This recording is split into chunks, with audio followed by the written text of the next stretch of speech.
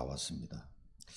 욥이 이 큰 고난을 통해서 중요한 것을 깨달아가는 이 과정이 욥기서인데 오늘 처음으로 그리스도와 직접 관련된 단어가 나왔습니다. 그게 뭡니까? 이게 판결자. 우리 사이에 손을 얹을 판결자도 없구나. 이 판결자가 필요하다는 걸 깨달은 거예요.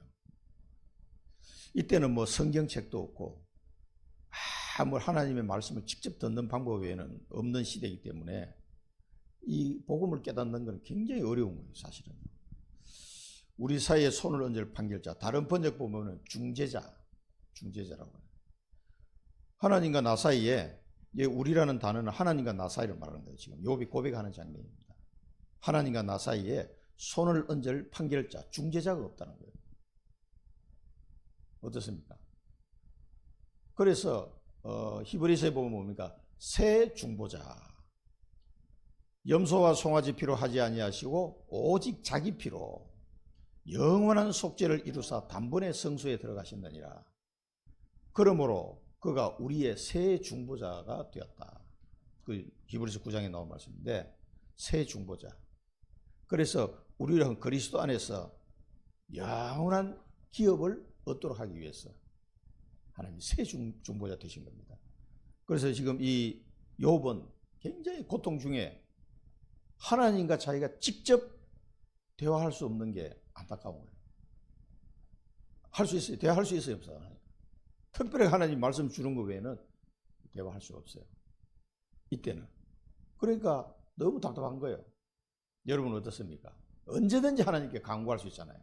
왜? 우리의 새 중보자 그리스도가 내 안에 계시기 때문에. 그리스도 말미암아 우리는 모든 죄를 사함받았기 때문에 언제든지 하나님 앞에 기도할 수 있고 또 언제든지 말씀 읽을 수 있고 들을 수 있고 묵상할 수 있고 메신저도 막 얼편하게 보내가지고 계속 말씀을 우리가 들을 수 있도록. 이제 뭐 유튜브까지 있으니까 얼마나 쉽게 들을 수 있는지 또 카톡으로 막 여기저기 보낼 수도 있고. 그러니까 막 말씀이 엄청나게 하나님 말씀을 우리가 들을 수 있는 거예요. 하나님은 우리 눈에 보이는 분이 아닙니다. 말씀으로 함께 하시는 거예요. 말씀으로 하나님이 계시하는 거예요. 하나님 자신을. 그러니까 말씀을 마음대로 들을 수 있고 우리가 마음대로 하나님 앞에 언제든지 가서 기도할 수 있고. 그게 구약시대 때는 그게 마음대로 되는 줄 압니까? 그렇게 되지 못하는 상태였어요. 지금 우리와 같은 상태가 아닙니다. 그러니까 욥은 하나님과 나 사이에 손을 얹을 판결해 줄 중재자가 없다는 게 한탄하는 거예요. 지금. 자, 이러면서 욥은 그리스도를 깨달아갑니다. 아, 그리스도가 필요하구나. 그분이 대속자로 와야 되는구나. 그걸 이제 나중에 뒤에 또 고백이 나옵니다만 오늘 이 욥기서 9장에는 판결자라는 단어가 나오는데 중재자, 다른 번역 보면 그렇게 나와 있습니다. 자, 오늘 이 단어가 굉장히 중요합니다. 이건. 우리는 너무 쉽게 아는 것 같지만요. 이 욥은 큰 고통 중에 묵상하고 고민하고 기도하고 하다가 겨우 이제 이 단어를 깨달으신 거예요. 얼마나 힘듭니까? 우리는 너무 감사한 시절에 살고 있는 겁니다, 진짜. 지난 주간에 신묘막측한 하나님입니다.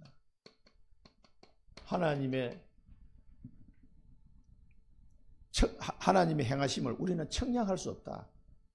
바울은 헤아릴 수 없구나. 그 길을 하나님이 행하시는 길을 우리가 찾지를 못하는구나. 그렇게 표현을 했는데요. 그렇습니다. 하나님의 엄청난 이 비밀들을 하나님의 행하심은 나중에 다 지나고 나니까 아 그렇구나 하고 하는데 그 당시에는 이해가 안 되는 거예요. 그래서 하나님은 이 인간의 모든 죄악과 하나님 떠나서 이 사단의 종노를 하는 이들을 살리기 위해서 하나님이 그리스도를 약속합니다. 여자의 후손으로 오실 그리스도, 메시아. 히브리어로 하면 메시아, 헬라어로 하면 크리스토스. 우리나라 번역할 때 그리스도로 번역을 한 거죠. 이 안에 모든 지혜와 지식의 보화가 감춰져 있느니라. 그리스도 안에는 그리스도는 하나님의 형상이니라. 그걸 바울이 잘 본 거죠. 그래서 하나님의 모든 비밀이 그리스도 안에 딱 감춰져 있는 거예요. 그래서 그리스도를 알면 하나님을 아는 거예요. 나로 말미암 종은 하나님께 올 자가 없다. 이 그리스도 비밀입니다. 그래서 그 많은 하나님의 엄청난 이 그리스도를 우리가 다 알 수가 없어요. 그래서 믿기만 하면 돼, 그냥.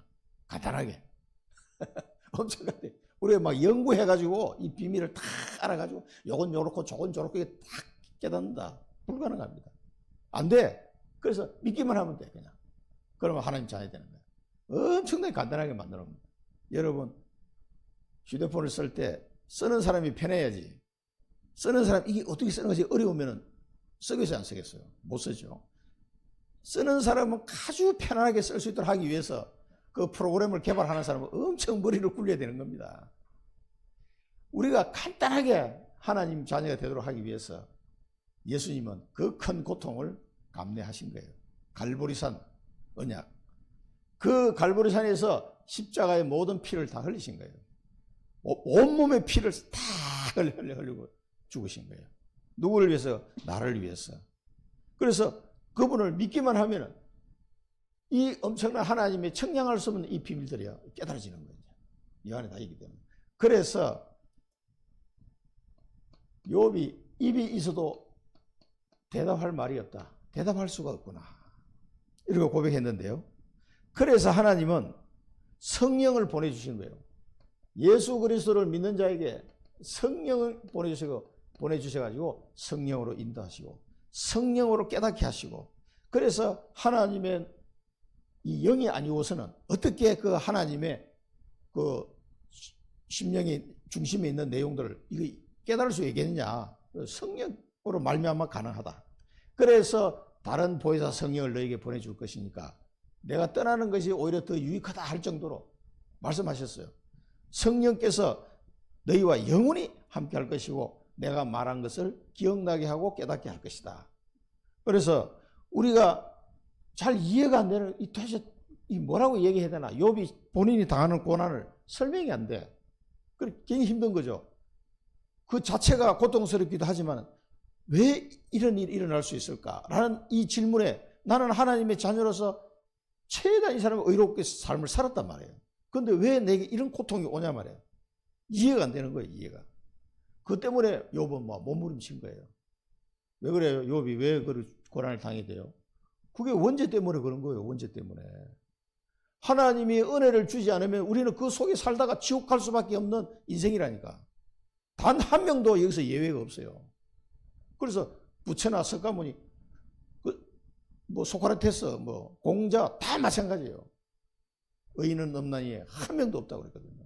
왜? 이 원죄 문제를 해결 안 된 상태로 살다 가버리기 때문에. 그래서 하나님이 그리스도 안에서 이 은혜를 주지 않으면 안 되는 거예요. 그걸 욥을 하여금 깨닫도록 하나님 이 과정을 지금 진행해 나가는 겁니다. 욥의 고통이 이제 지나고 보면은 이제 욥이 이해를 하죠. 아, 그래서 그랬구나. 그래서 욥이 받은 고통이 헛된 것이 아니라 하나님의 큰 계획을, 지금 4000년이 지난 우리에게도 이 교훈을 주는, 굉장히 이 복음에 대한 비밀을 알려주는 그런 성경 구절이 됐잖아요. 욥기서가. 그러니까 많은 인생의 고난을 당한 자들이 이 욥기서를 보면서 답을 얻는 거예요. 그리고 욥이 그 고난을 좀 당하긴 했지만 이 글을 남김으로써 얼마나 그 의미가 있습니까? 가치가 있냐 이거예요. 욥은 이때는 전혀 이해가 안 된 거예요. 그러니까 이번에 있어도 대답할 말이 없는 거예요. 이게 뭐지? 이게 이제 생각이 안 나는 거지. 그래서 우리에게 하나님이 성령을 보내주셔가지고 그 하나님의 뜻을 깨닫도록 그렇게 하는 겁니다. 그래서 고난 속에도 합력하여 선을 지는, 하나님을 사랑하는 자, 곧 그 뜻대로 부르심을 입은 자들에게는 모든 것이 합력하여 선을 이루느니라. 이런 비밀들을 그때그때 깨달을 수 있도록 성령께서 역사하시는 겁니다.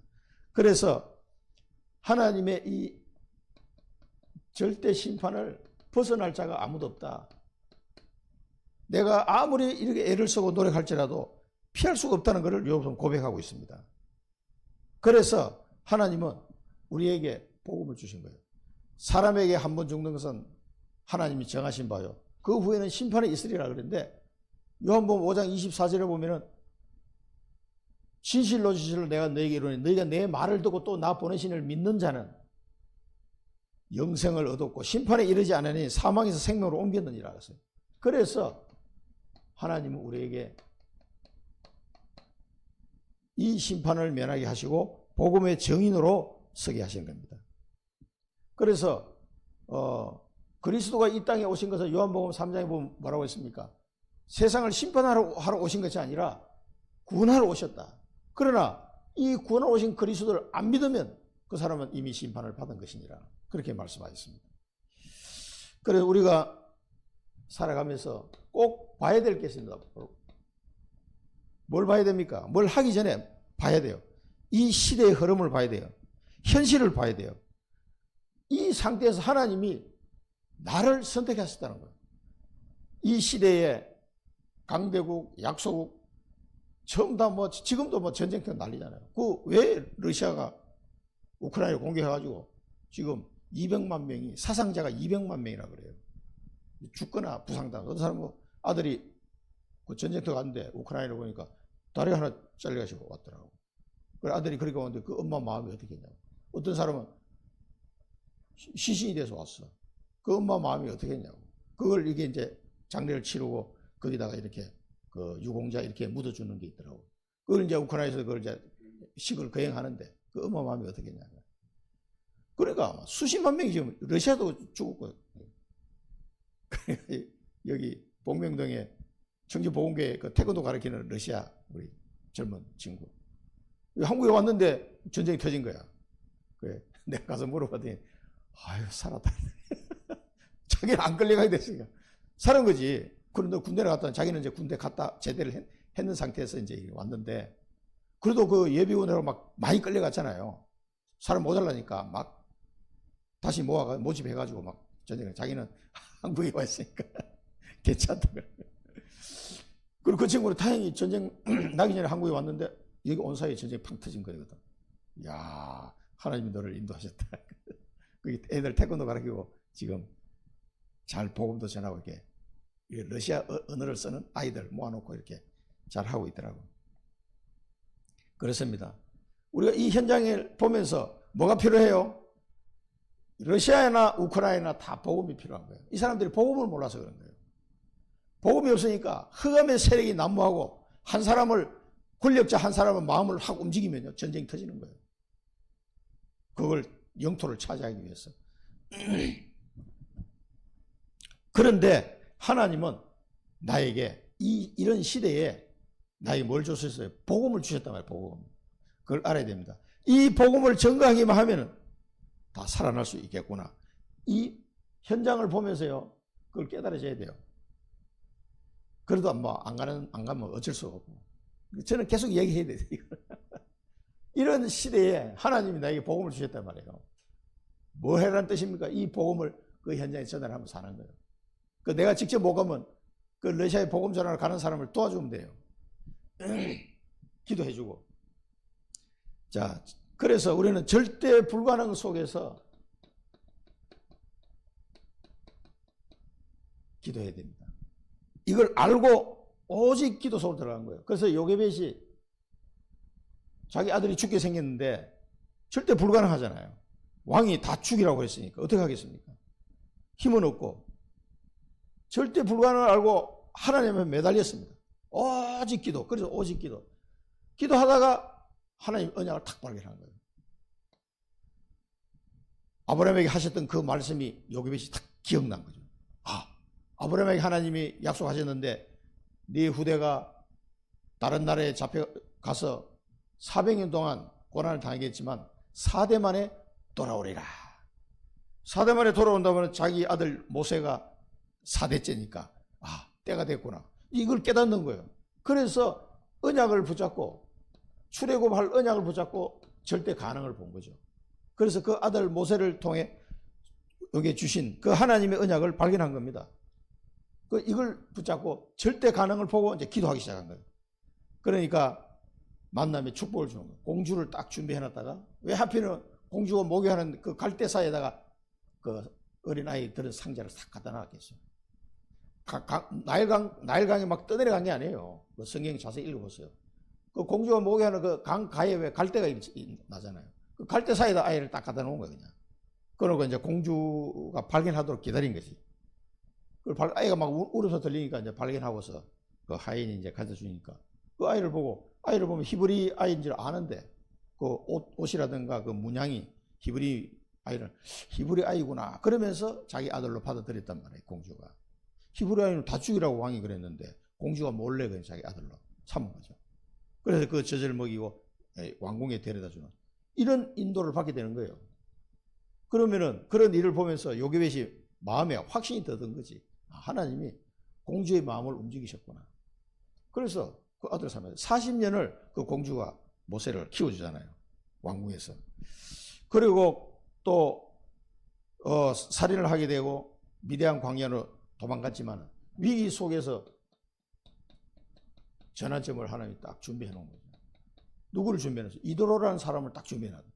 그 미디안 광야에 이도로라는 사람을 하나님을 믿는 이도로라는 사람을 준비해놨을 줄 저 광야에 그런 사람이 있는 줄 누가 알았겠어요?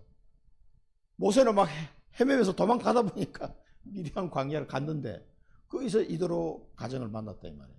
거기서 결혼도 하고 또 미디안 광야에서 40년을 이도로가 보호해 주는 거죠. 거기서 살게 됩니다. 자, 이런 축복들을 우리는 기억해야 돼요. 그래서 이 과정을 통해서 그 뒤에 이루어진 축복은 어마어마하잖아요.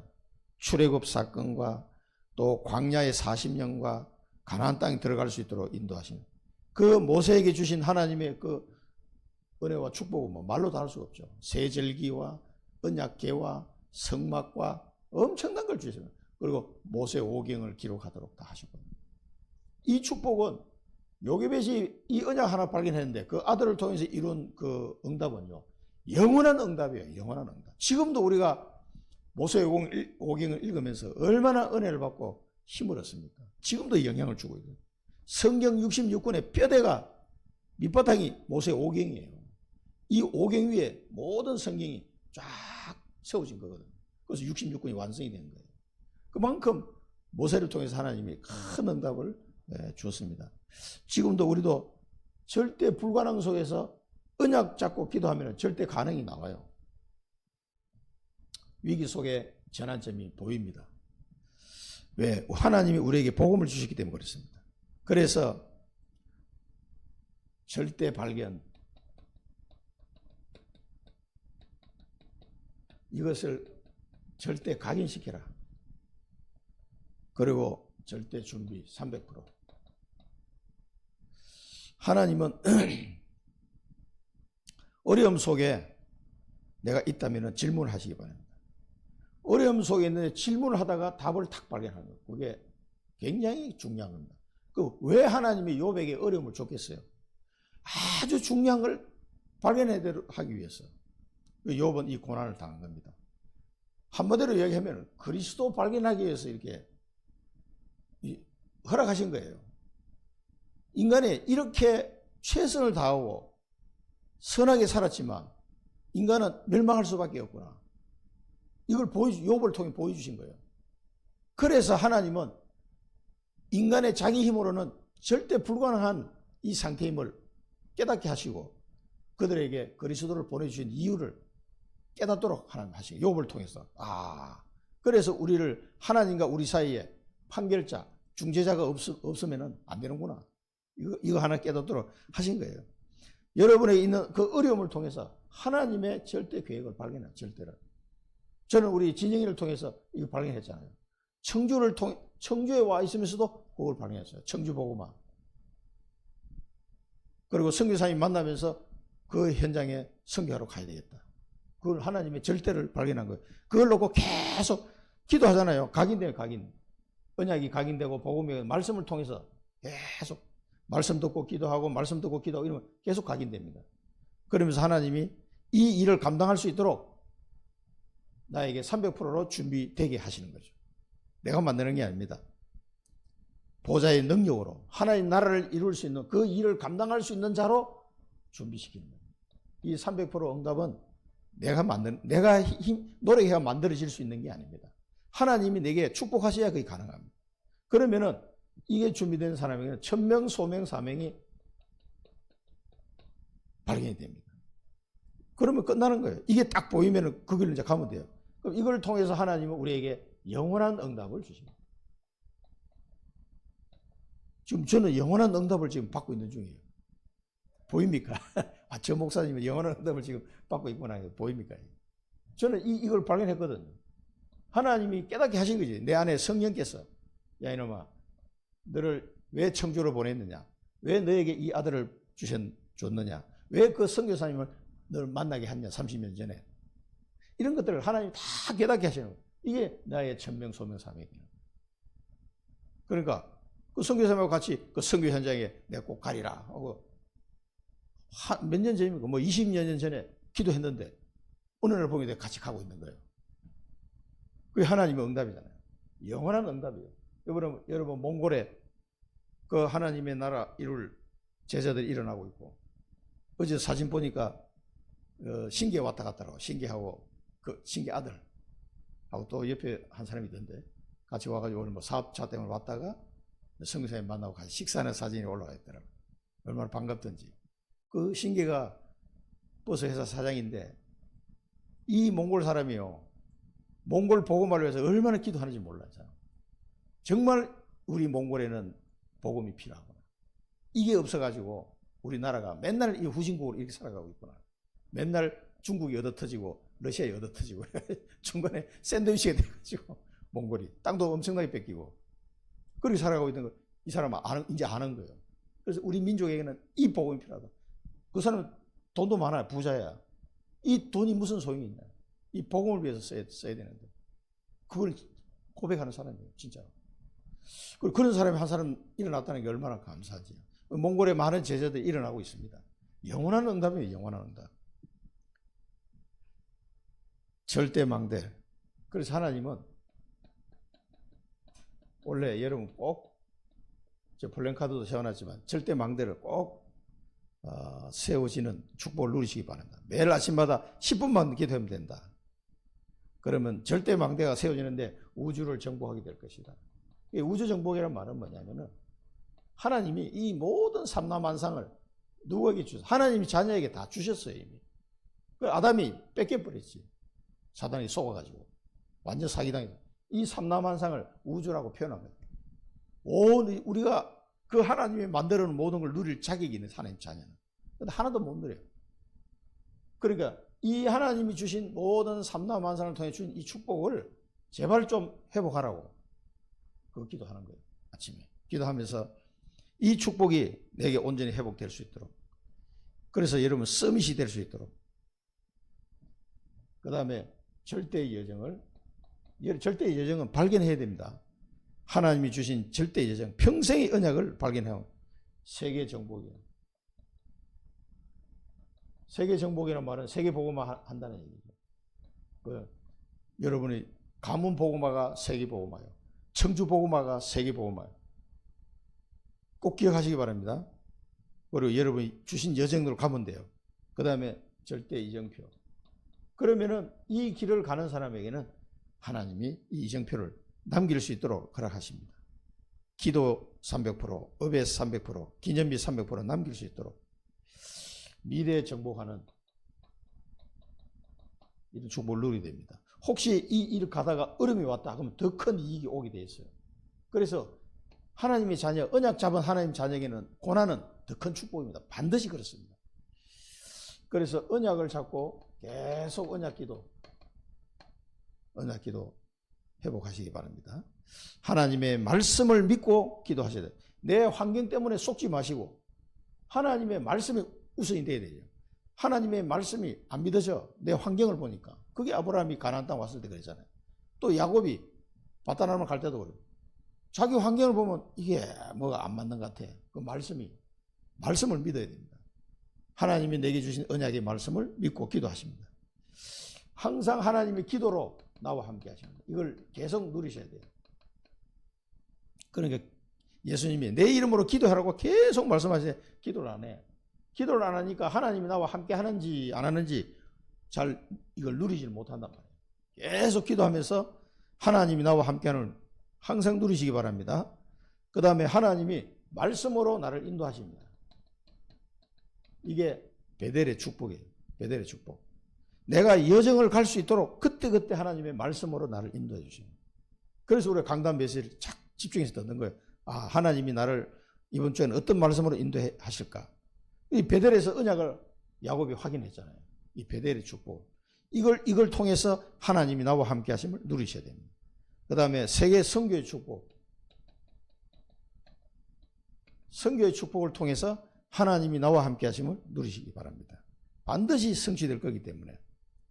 그래서 선교 현장에 나가보면 더 하나님이 나와 함께 하시면 더 누리게 돼요. 이번에 홍콩 가서도 굉장히 성령의 역사하는 걸 굉장히 많이 느꼈어요.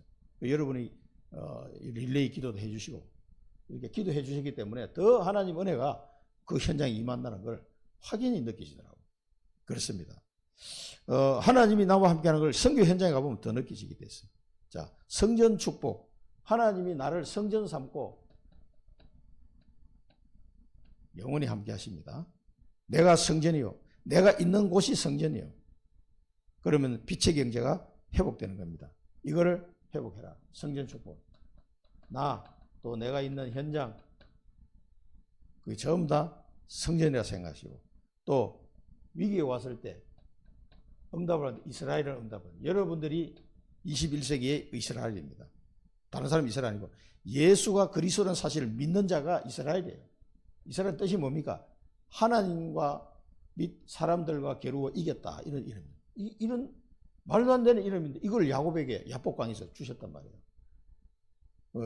형 에서를 두려워하지 말라고. 왜 그렇게 두려워하냐? 너는 그런 사람이 아니야. 그걸 이제 얘기해요. 자기 형 에서를 누구보다 야곱이 잘 압니다. 완전 상남자. 덩치도 좋고 막 힘도 좋고 이 사냥도 잘하고. 이런 형이 막 400명을 데리고 나오니까 야곱은 상대적으로 나약하고 힘이 없어요. 털도 별로 없고 그냥 매끈매끈한 사람. 에서는 막 털도 막 팍 나고 막 상상이 되죠. 막 이런 사람이고 야곱은 상대적으로 그러니까 자기 힘이 없으니까 형 에서를 두려워하는 거예요. 하나님의 말씀을 의지하는 것이 아니라 자기 환경을 자꾸 생각하니까 두려움이 오는 거예요. 그때 이스라엘은 언약을 다시 주셨습니다. 자, 그렇게 해서 성전 축복을 회복해라. 내가 성전이고 내가 있는 현장이 성전이 되어야 되고 위기가 왔을 때 이스라엘 언약을 붙잡으시기 바랍니다. 자, 우리가 본론에서 첫 번째는 이 욥의 고백입니다. 인생무상입니다. 인생무상. 인생무상은 이 뜻이 뭡니까? 인생무상은 한마디로 인생이 별 볼 일 없다 이 말이에요. 나의 날은 경주자보다 빠르니 복을 볼 수가 없구나. 빠른 배와 같고 또 먹이에 내리는 독수리와 같구나. 그 자기의 날이 너무 빨리 지나가는 거야. 금방 그냥 할배돼 버려요. 금방 60 넘어가 버려요. 그러니까 한 500년 지나야 환갑 될 줄 알았는데 그게 아니고 금방 환갑. 요즘은 환갑 넘어가도요. 환갑 자체도 안 해요. 칠순 자체도 안 한대요. 그래가지고 망했는 데가 어디냐. 왜 돌잔치 무슨 잔치하는데 그 식당들, 큰 식당들. 그게 다 지금 망했다 그러더라고. 왜냐면 칠순 자체를 안 해. 환갑 자체를 안 해. 옛날은 뻑찍찍은 했거든. 모아놓고 이게 큰 데 있잖아요. 그런데 장사가 안 된다는 거예요. 돌잔치도 애를 낳아야 저기 하지. 요즘 조금 늘어나고 있긴 하던데. 인생이 얼마나 빨리 지나가는지. 나의 날이 그냥 살같이 지나간다. 우리가 그 모세 시편에 보면 90편 4절에서 이후에 보면요. 나의 주의 목전에는 천년이 지나간 어제 같으며 밤의 한순간 같을 뿐이니이다. 주께서 그들을 홍수처럼 썰어 가시나이다. 그들은 잠깐 자는 것 같으며 아침에 돋는 풀 같으니이다. 푸른 아침에 꽃이 피어 자라다가 저녁에는 시들어 마르나이다. 우리의 연수가 70이요 강건하면 80이라도 그 연수의 자랑은 수고와 슬픔뿐이요 신속히 가니 우리가 날아가나이다. 이게 모세가 쓴 시예요. 모세. 그 80 다 됐는데 하나님이 안 부르니까 이제 다 끝났구나 이렇게 생각인 거지. 나의 날은 빠르게 지나가. 쏜살같이 그냥. 그러니까 욥이 이제 내가 이제 끝났구나 내 인생이. 내가 더 이상 하나님의 복을 내가 볼 그런 시간이 없다라고 생각하는 거죠. 그리고 이 내 불평을 잊고 얼굴에 빛을 고쳐 즐거운 모양을 할지라도 모든 고통이 두렵고 내 죄가 없다고 하지 않을 것이다. 자기의 수고가 다 헛되다는 거지. 내가 얼굴 빛을 고치고 좀 이렇게 즐겁게 모양을 낼지라도 소용없다는 거예요. 고통이 두렵다 이게 고통. 인생이 고통이고 죄 없다 하지 않을 것이다.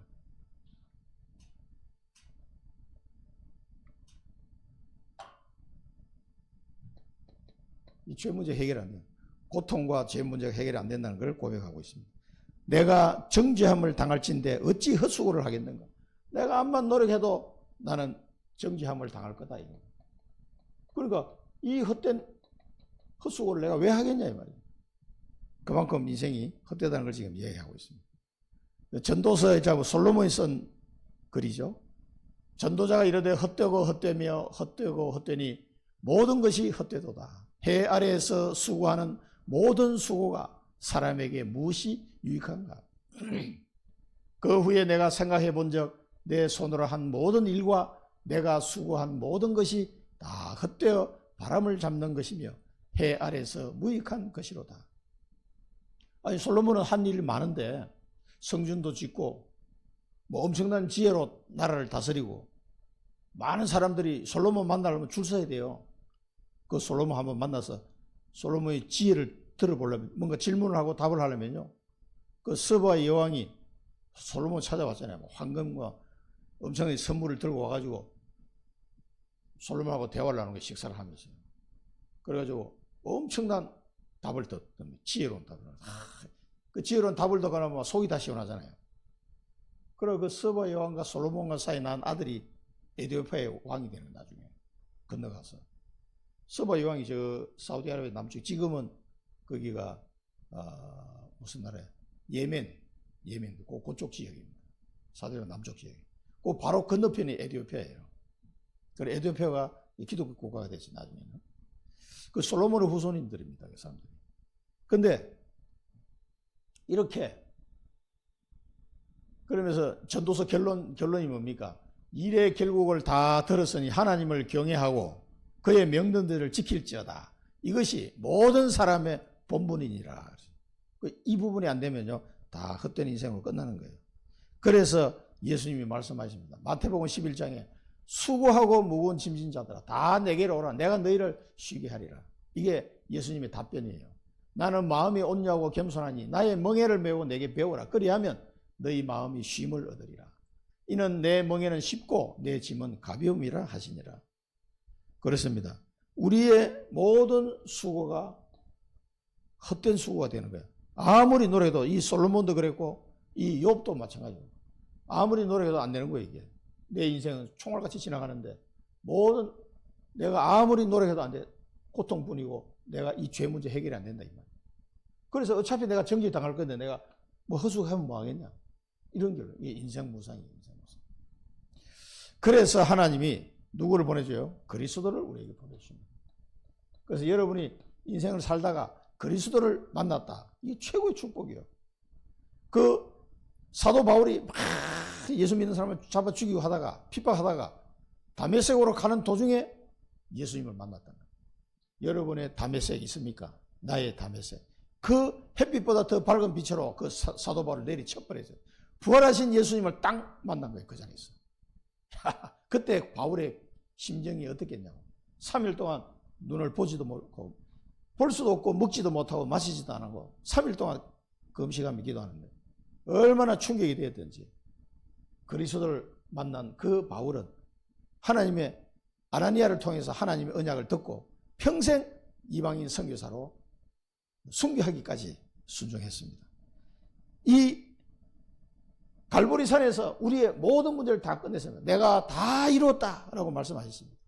그 그리스도를 진짜 만났습니까? 머리로만 만나지 마시고 실제로 이분을 만나셔야 돼요. 그러면은 모든 문제 다 끝났어요. 그래서 이렇게 욥같이 우리가 욥같이 살 수 없습니다. 이제 이 사람처럼 발가락도 못 따라갈 거야. 이렇게 열심히 살아도 안 돼요. 그러니 뭐 인생이 어떻게 했냐고. 그래서 그리스도 안에서 우리가 모든 이 인생 무상의 이 고리를 다 끊고 뭐 우리나라 말로 하면 운명에서 완전히 해방되는 거죠. 운명에서 다 빠져나왔습니다. 나의 갈보리산, 나의 다메섹 있어야 됩니다. 하나님과 내가 만나는 그 시간표가 있어야 된다니까. 진짜로 만나는 시간. 다 끝내신 나의 구주가 되신 거예요. 구주. 다 끝내신 나의. 그래서 이 그리스도를 만나야 헛되지 않은 인생이 되는 거예요.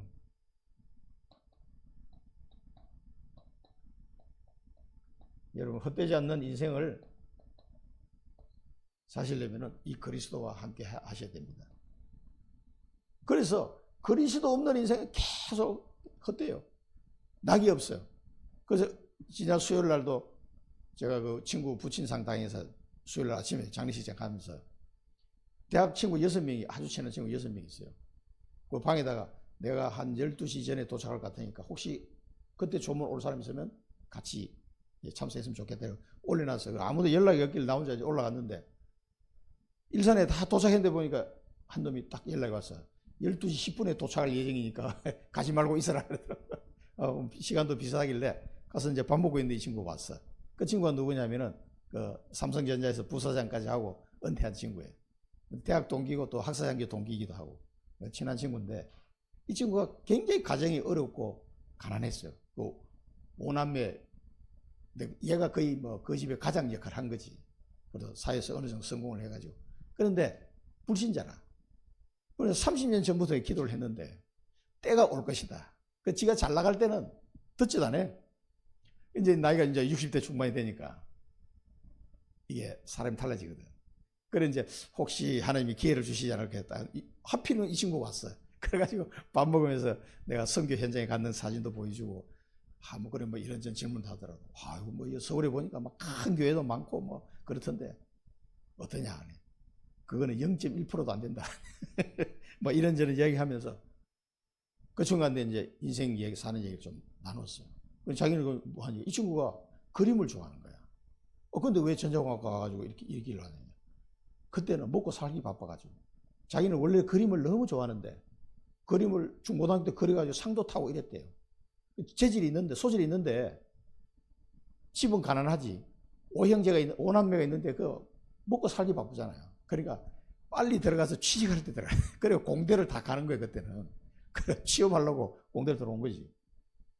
그러니까 이제 다 은퇴하고 나니까 다시 그림을 그리고 싶어가지고 우연한 기회에 그 그림 잘 그리는 사람을 만나 대화를 하다 보니까 왜 그림을 잘 그리는 사람이 있으면 그 옆에 그 조수 비슷한 사람이 있더라고. 그림을 밑그림을 시킨다고 그려주는 거.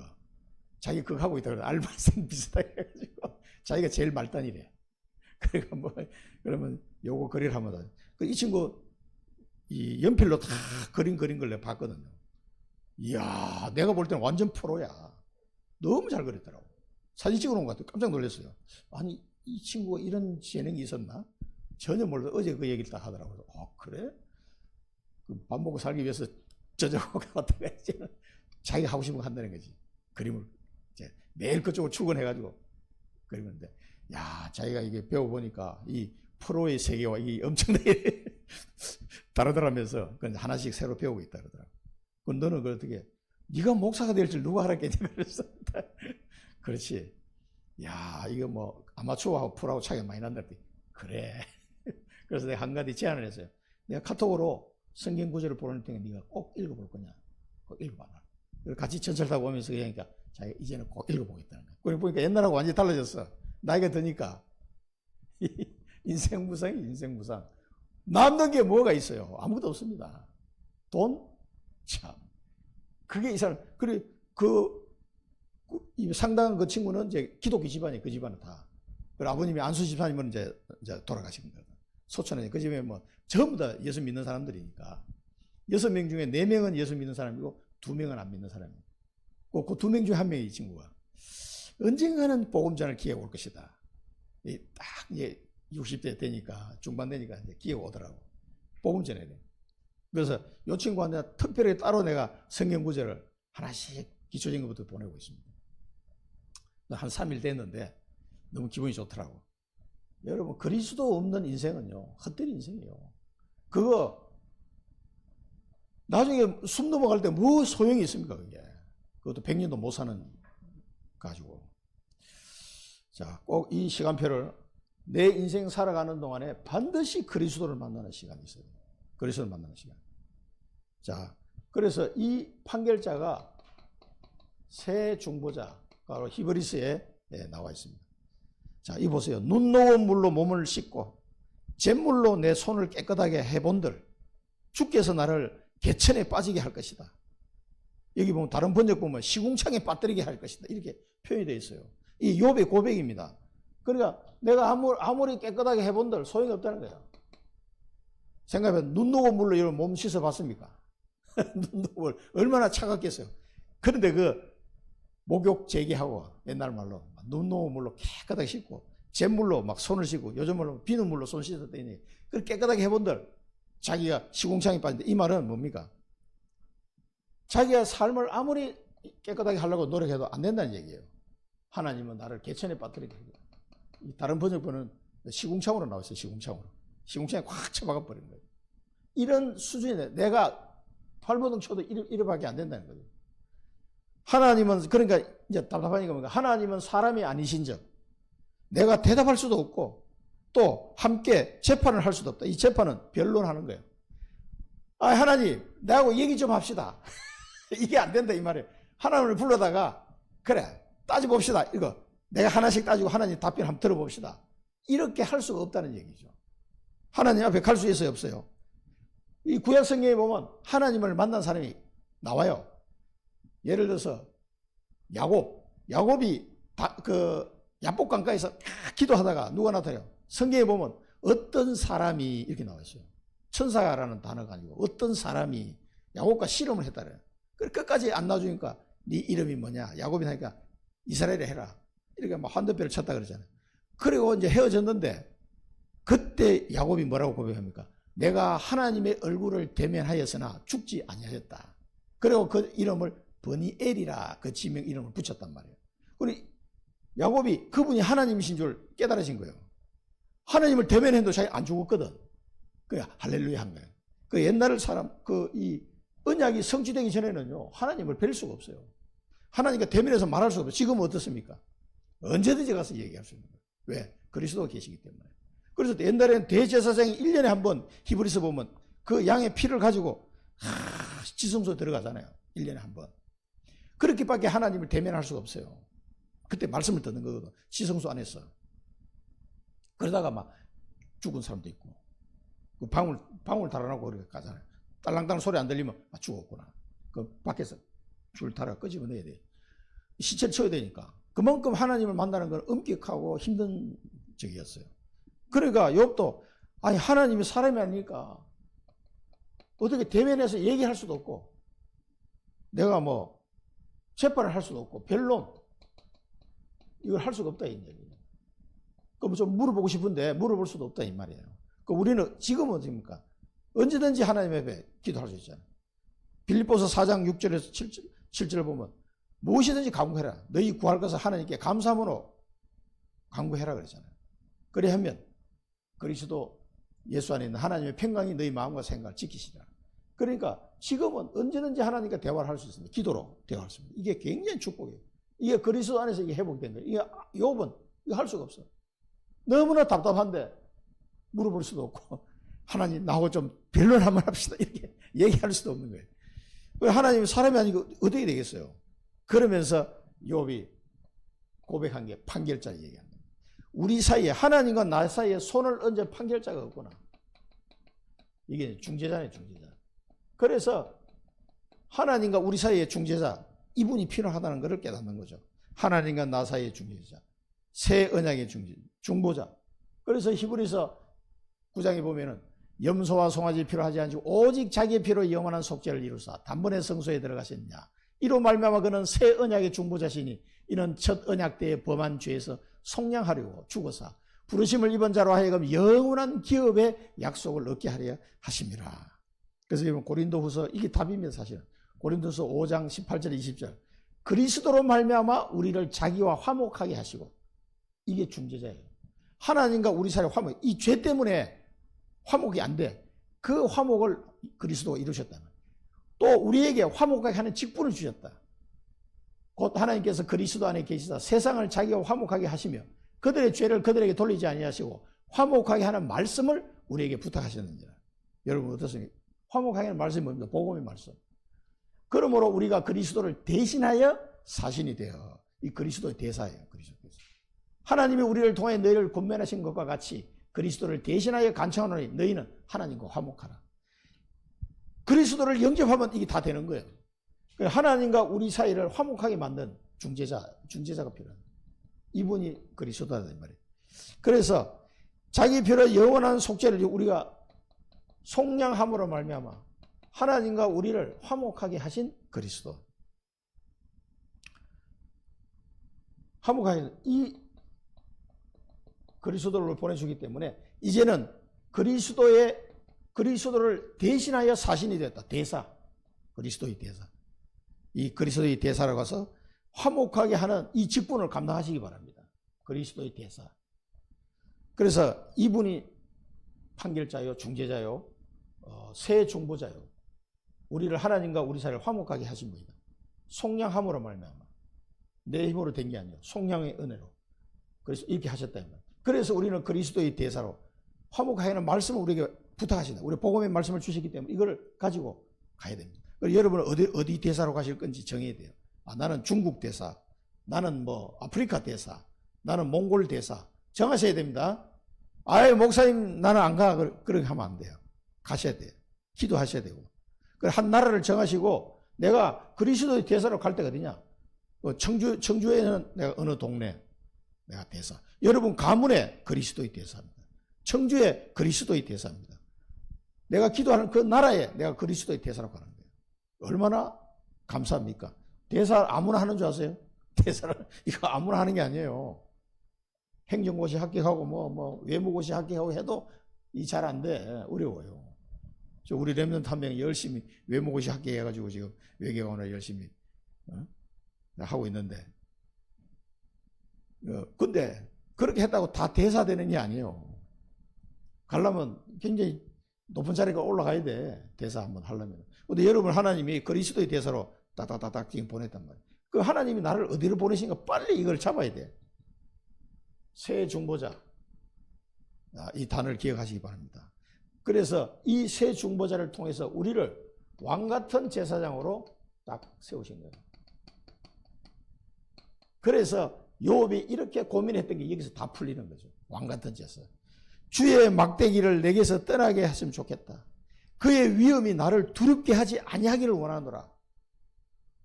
주의 막대기가 자기를 두드려 패니까 힘들다고 얘기하는 거예요.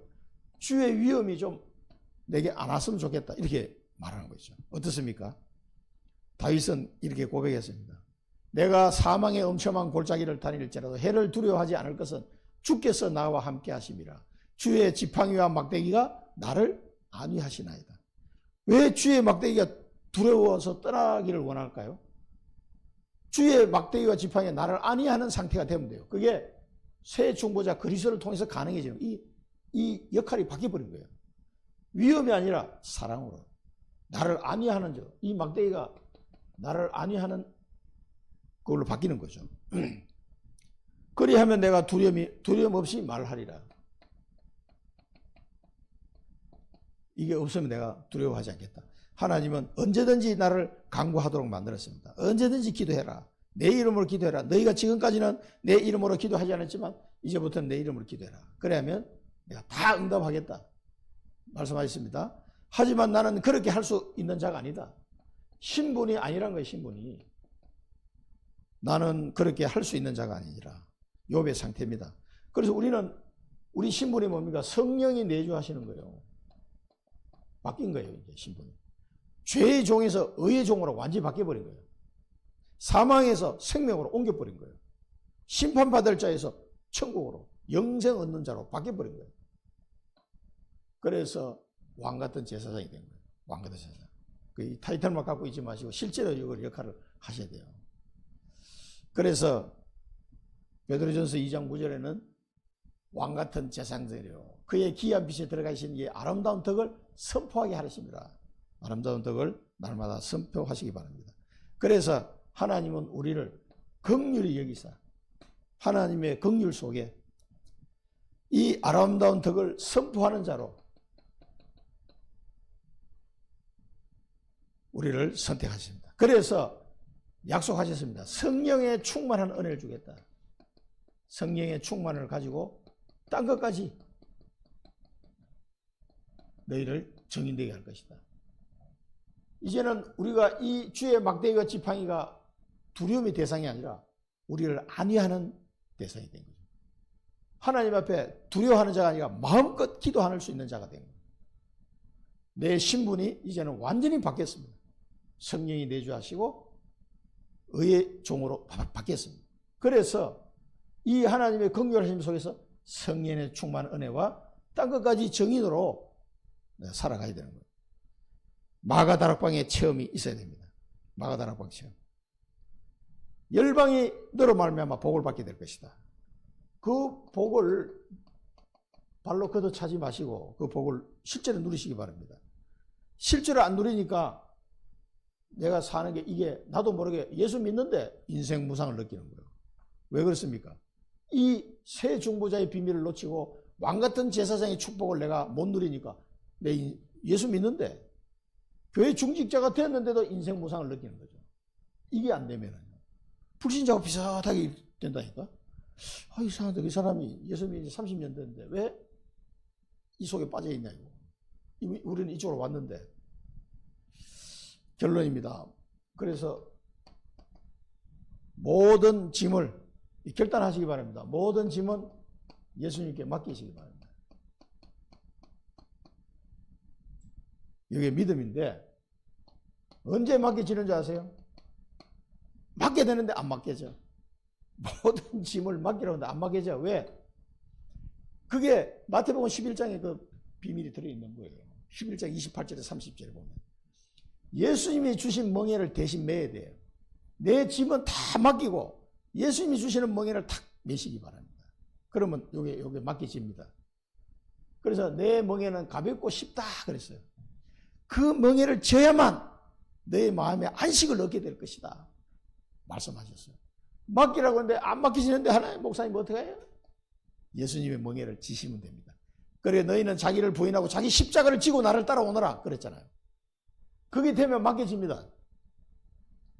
맡겨야지 한다고 맡겨지는 게 아니에요. 내 마음에 이 무거운 돌덩이 같은 짐을 탁 맡겨지는 것은 예수님의 멍에를 탁 질 때 이게 순식간에 맡겨져요. 제가 경험해 봤습니다. 아이고 그렇게 사람이 좀 살겠더라고. 확실히 예수님이 준 멍에는 가벼워요. 쉬워요. 그래서 맡기면 됩니다. 그 다음에 모든 일은 기도하시기 바랍니다. 구하라. 기도할 기도. 너희가 믿고 구한 것은 다 받은 줄 알아라. 모든 일은 하나님께 구하시기 바랍니다. 이제는 우리가 그 신분이 됐잖아요. 이거 마음껏 활용해야 돼요. 이 신분이 됐기 때문에. 기도하시기 바랍니다. 그래서 우리가 아침, 낮밤 계속 기도하라고 지금 얘기해요. 아침, 낮밤. 절대망대, 절대여행, 절대. 이걸 놓고 계속 기도하는 거예요. 동영상 5분 13초짜리 아침마다 탁 들으면서 한번 기도해 보세요. 너무 좋더라고요, 저는. 오늘 아침에 딱 하니까 호흡도 이제 싹 따라가, 이제. 되더라고요. 자, 모든 곳에 선포해라. 그리고 여러분 가는 모든 곳에 선포하시기 바랍니다. 뭘 선포합니까? 복음을 선포. 왜? 그리스도의 대사니까. 대사로서 이제 역할을 해야 되잖아요. 그리스도의 대사니까 선포하시기 바랍니다. 기도하겠습니다. 살아계신 하나님 아버지 은혜를 감사드립니다. 저희들을 사랑하셔서 이 무상한 인생 속에서 저희들을 건지시고 그리스도를 만나게 하시니 감사합니다. 이제는 그리스도를 만나서 새 그리스도의 대사로 살아가게 하시니 감사합니다. 그러므로 저희들이 헛되지 않은 인생이 되게 하시고 이제는 땅끝까지 이르러 이 그리스도의 복음을 선포할 수 있게 하시니 감사합니다. 우리를 어디로 가게 하시는지 꼭 그 현장을 하나님이 우리를 보내주신 그 현장을 발견하게 하시고 그 현장에 그리스도의 대사로서 왕같은 제사장으로서의 역할을 감당할 수 있도록 복음을 선포하는 저희들의 남은 여생이 되게 하옵소서. 예수 그리스도 이름으로 기도드립니다. 아멘.